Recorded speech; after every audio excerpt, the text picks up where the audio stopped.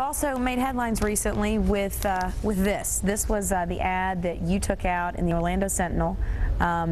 Tell us about it and what brought you to the point that you felt you needed to do this. I have the right to exercise my First Amendment and freedom of speech, and I peacefully spoke my piece.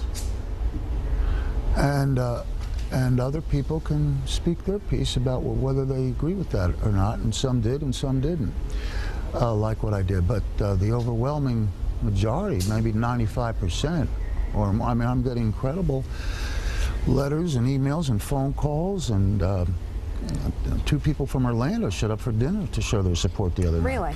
And it's just how I feel about a woman murdering her daughter. And I mean, who do they think murdered that child? OJ? He was in jail. He couldn't have done it. I mean, it's just obscene that she got away with that.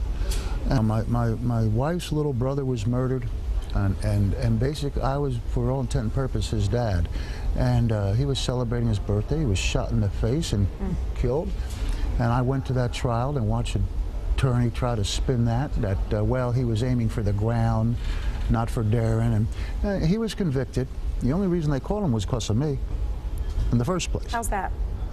Well, the guy in the car was afraid for his life, and he didn't want to say, and it was Darren's friend, and he didn't want to say who did it because he was afraid that he'd get killed.